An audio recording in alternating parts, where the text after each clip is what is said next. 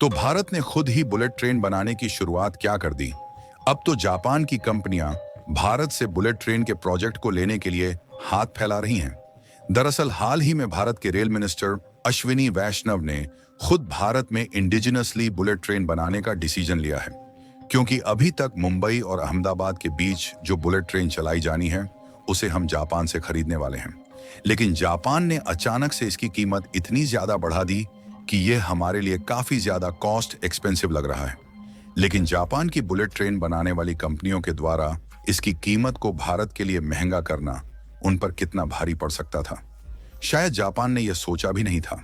इसलिए भारत के rail minister ने यह कहा कि अब हम भारत में बुलेट ट्रेन को डेवलप करेंगे, जिसमें Indian railway construction and manufacturing की दिग्गज कंपनी आईसीएफ बुलेट ट्रेन के कंस्ट्रक्शन पर काम करना भी शुरू कर चुकी है। और जब जापान की कंपनियों को लगा कि भारत खुद बुलेट ट्रेन के प्रोजेक्ट पर काम करने में तेजी ला रहा है, तो जो नई नई बुलेट ट्रेन और अन्य रेलवे प्रोजेक्ट की शुरुआत भारत में की जा रही है, उसमें जापानी कंपनियां खुद काम करने के लिए भारत के सामने हाथ फैला रही हैं।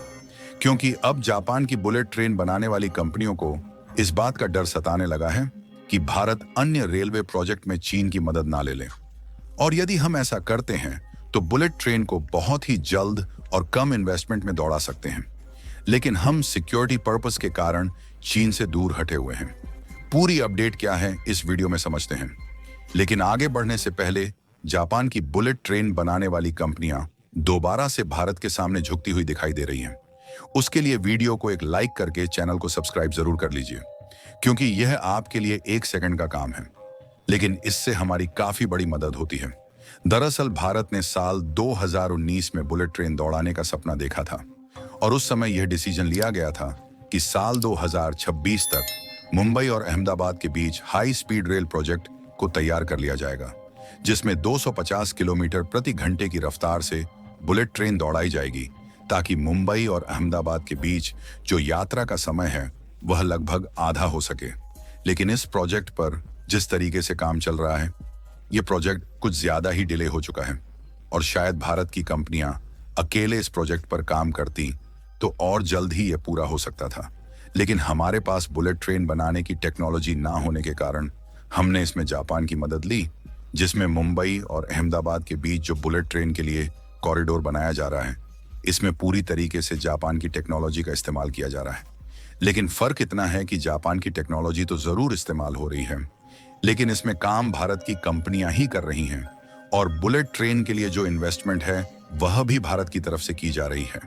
यानी कि एक तरीके से देखा जाए तो यह एक हाई रेल प्रोजेक्ट है, जिसमें भारत की आईसीएफ और जापानी कंपनियां मिलकर इस हाई स्पीड रेल कॉरिडोर का सेटअप कर रही हैं। अच्छी बात यह है, इसका लगभग 80% काम पूरा हो चुका है और मुंबई अहमदाबाद के इस रूट पर जिस बुलेट ट्रेन को चलाया जाएगा उसकी स्पीड लगभग 250 किलोमीटर प्रति घंटे की रहने वाली है। लेकिन जापानी कंपनियां भारत की मजबूरी का फायदा उठाकर इसके लिए कुछ ज्यादा ही कीमत वसूलने की कोशिश कर रही हैं। और जापान की बुलेट ट्रेन बनाने वाली कंपनी हिताची और कवासाकी का कहना है कि एक बुलेट ट्रेन के लिए इंडियन रेलवे से 460 करोड़ रुपए लेंगे, जबकि इंडियन रेलवे यह नहीं चाहती कि इस तरीके के बुलेट ट्रेन के लिए केवल कुछ टेक्नोलॉजी ना होने के कारण हमसे ज्यादा कीमत वसूली जाए। लेकिन जापानी कंपनियों को शायद इस बात का अंदाजा नहीं है कि वह भारत के लिए बुलेट ट्रेन को महंगी करके अपने आप का कितना बड़ा नुकसान कर बैठी है।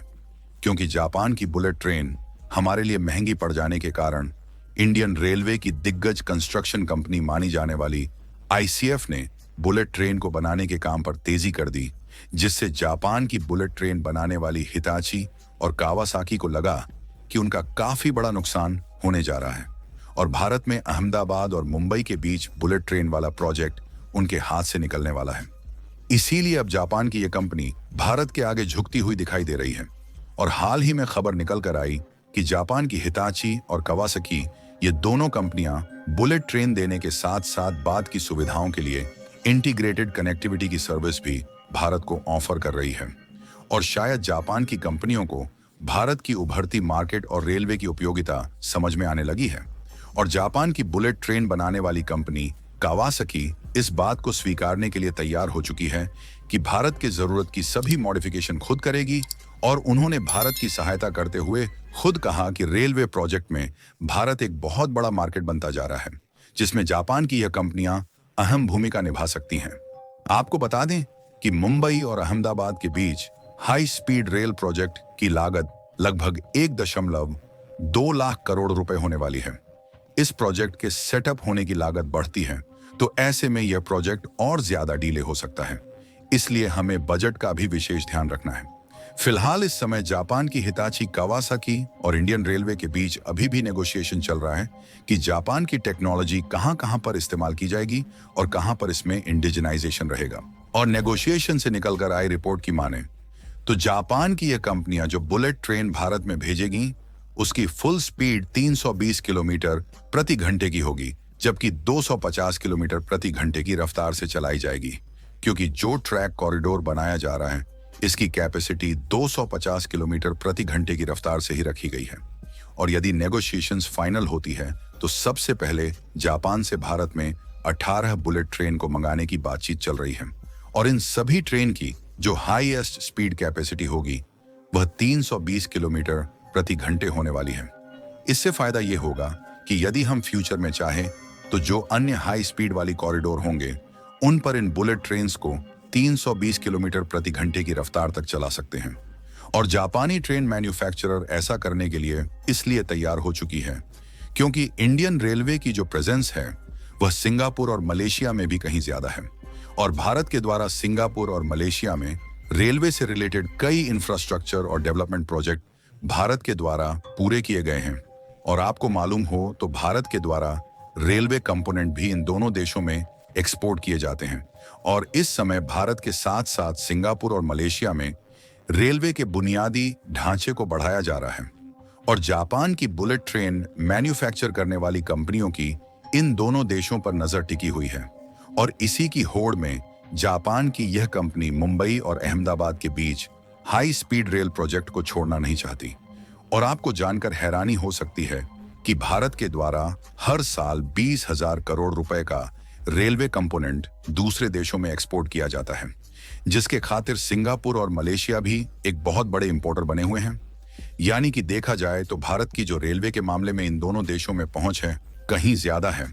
और ऐसे में जापान को यदि इन दोनों देशों में रेलवे के मामले में पैर पसारना है तो भारत के साथ रेलवे प्रोजेक्ट में पकड़ बनाए रखना काफी ज्यादा जरूरी है। बाकी आपको क्या लगता है कि मुंबई और अहमदाबाद के बीच हाई रेल प्रोजेक्ट कब तक कंप्लीट हो जाएगा? अपनी राय कमेंट में जरूर बताएं और इस वीडियो को एक लाइक करके अपने मित्रों तक शेयर जरूर करें ताकि उन्हें भी जानकारी मिल सके।